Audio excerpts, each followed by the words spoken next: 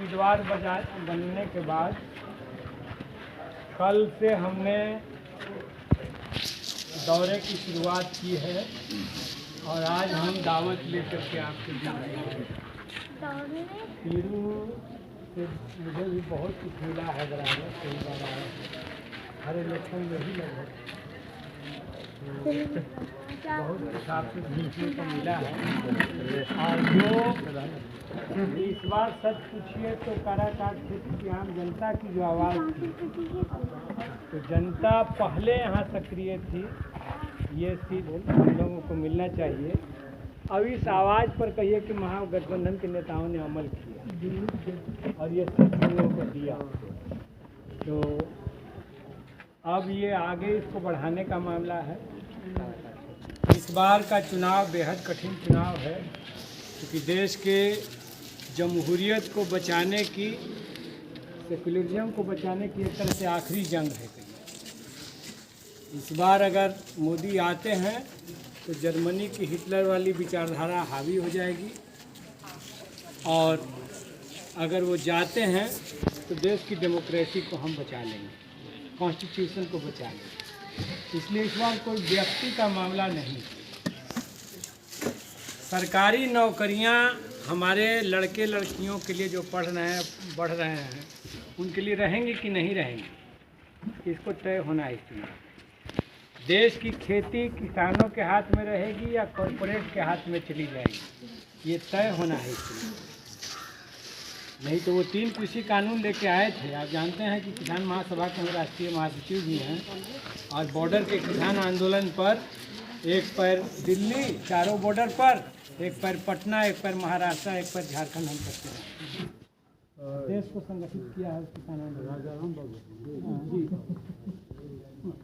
तो इसीलिए इस चुनाव में आप सबसे ज़्यादा इस सरकार के जुल्म के शिकार हैं, सबसे ज़्यादा अपमान झेलना पड़ा।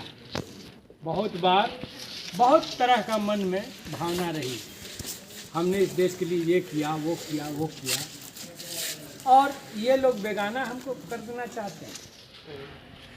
तो इसीलिए हम कहना चाहते हैं कि न झुकना है, न थकना है, न हार मानना है। हमने 750 किसानों को गंवाया है बॉर्डर पर लड़ते हुए। 13 महीना कोई आंदोलन होता है, 13 महीना। पंजाब के किसानों को सैल्यूट करिए कि देश की खेती को बचा लिया, देश की खेती को बचा लिया। तो इसीलिए हम हैं, ये हम जानते हैं कि इन भगवा ताकतों के दुश्मन आप हैं, साथ साथ कम्युनिस्ट भी उनके दुश्मन होते हैं। और हमने इसीलिए इंडिया गठबंधन बनाया है कि आज फिर से आज़ादी की लड़ाई की वो तमाम ताकतें जिन्होंने मुल्क को आज़ाद किया, वो कांग्रेस के लोग, वो सोशलिस्ट लोग, वो कम्युनिस्ट लोग, आज फिर से तमाम की यूनिटी बन गई है इंडिया गठबंधन के। तो ये चुनाव डेमोक्रेसी को रिक्लेम करने का चुनाव है।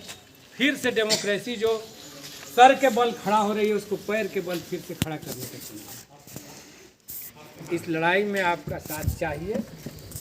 आपने हमें दिशा दी है, हमारी अगुवाई की है, नौजवानों से भी कहते हैं कि देश पर ऐसे लोगों को कुर्सी पर मत रहने दो जो कह दें खुलेआम कि तुम्हारा रोजगार देना हमारा काम नहीं है, कि इस काम के लाखों रुपया का तुमको सुविधा दे रहे हैं। भाई MP बने हो, मंत्री बने हो, प्रधानमंत्री बने हो, तो किस काम के लिए बने हो? हमारी जवाबदेही नहीं कबूल कर सकते। महिलाओं को नंगा घुमाया जाएगा, उस पर 2 शब्द नहीं बोलोगे, तो आखिर किस बात के लिए सरकार बन रही है देश में? तो ये पूरे इलेक्शन में ये तमाम बातें होंगी। हम लोग मुद्दों को लेके ही लड़ते हैं।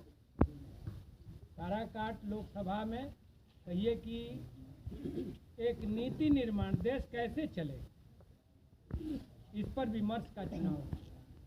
इसमें आप सब का मदद सहयोग चाहिए, हर तरह का मदद चाहिए, राजनीतिक भी और आर्थिक भी। क्योंकि आप देख रहे हैं कि इनको अरबों का चुनावी चंदा चाहिए भाजपा को, लेकिन कांग्रेस का ये खाता सील कर देंगे, विपक्ष को पंगु बना देंगे कि वो नहीं चुनाव लड़ते। तो हमने तो कहा कि हमारा खाता सील करने की औकात नहीं है, हमारा ये सब खाता है। हम 20-20 रुपया, 50-50, 100-100 रुपया से धनवानों की इस ताकत को पराजित करें। ये माहौल है, इसमें ये आपका हर तरह का सहयोग चाहिए। इस बार इस तानाशाही को, हिटलर की विचारधारा को शिकस्त देना है और देश पर जमहूरियत के झंडे को फहराना है, फिर से डेमोक्रेसी को रिक्लेम करना है। तो आपका साथ चाहिए, सहयोग चाहिए। 2 महीने का चुनाव है, इसको टिका के भी रखना है। 8 मई को हमने अपना नॉमिनेशन दाखिल करने का निर्णय लिया है और नॉमिनेशन के बाद डिहरी पड़ाव मैदान में सभा होगी, जिसमें कई किसान नेता जो मेरे मित्र रहे हैं, मेरी कमेटी के रहे हैं, वो भी आएंगे। दीपांकर भट्टाचार्य जो अब CPI-ML के नहीं, इंडिया गठबंधन के बड़े नेता बन चुके हैं, वो आएंगे। हमने कोशिश की, योगेंद्र यादव का जो राहुल की टीम के बुद्धिजीवी प्रकोष्ठ के बड़े नेता हैं, उनका समय मिल गया है। तेजिंदर विर्क, जिन पर गाड़ियां चढ़ा दी गई थी लखनऊ फ्री में संयोग से बच, वो आएंगे। और हमने राजद के नेताओं से भी कहा है, हम भी कोशिश में हैं कि या तो तेजस्वी आए या कोई जगता बाबू या अब्दुल बारी सिद्दीकी या शिवानंद तिवारी, किन्हीं का प्रोग्राम मिले, इंडिया गठबंधन पूरा दिखे वहाँ। हमारे सभी MLA तो 6 रहेंगे ही रहेंगे।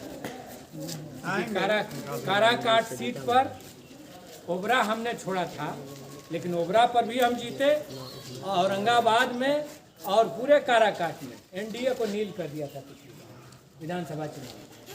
तो इसलिए इस बार भी हम उम्मीद करते हैं कि मगध और शाहाबाद जोन में इंडिया गठबंधन विक्ट्री की ओर बढ़ेगा, NDA नील होगा और बिहार में मैक्सिमम सीटों पर इस बार हम दर्ज करेंगे अपनी जीत।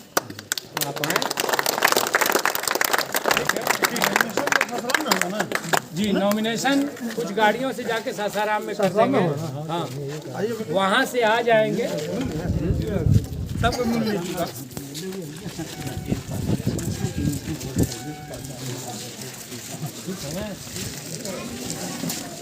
आगे आप लोग